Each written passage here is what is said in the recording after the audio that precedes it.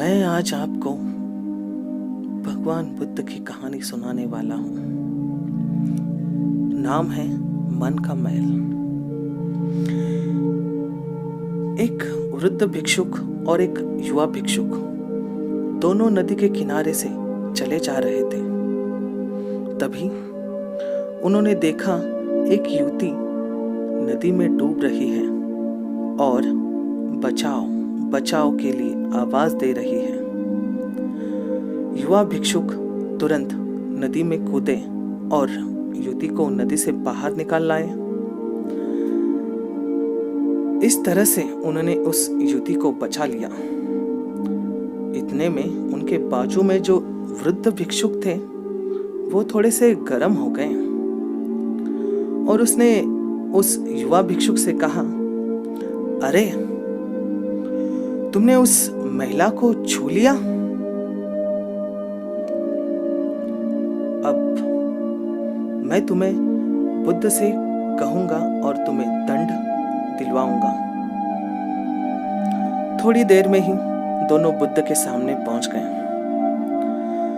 वृद्ध भिक्षुक ने भगवान बुद्ध से कहा, बनते इसको दंड मिलना चाहिए। बुद्ध मुस्कुराते हुए पूछे, क्यों? वृद्ध भिक्षुक ने कहा, इस बात का कि इसने उस युवती को नदी से उठाकर बाहर रखा, इसने उसे छू लिया, इसका ब्रह्मचार्य नहीं रहा, इसलिए इसे प्रायश्चित मिलना चाहिए।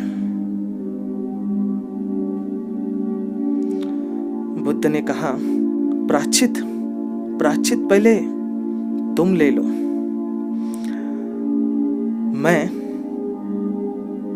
मैं किस बात का प्रायश्चित कर लूं? वृद्ध भिक्षुक विस्मय होके पूछने लगे।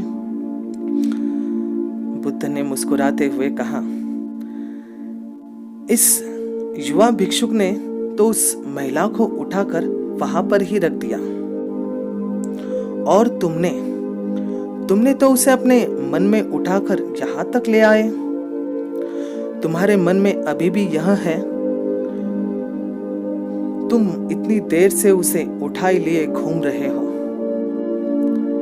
इसे तो वहां रखकर भूल भी दिया।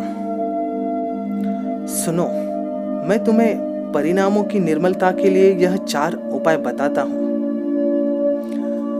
पहला, मन को स्वस्थ रखना। दूसरे के बारे में विकृत नहीं करना।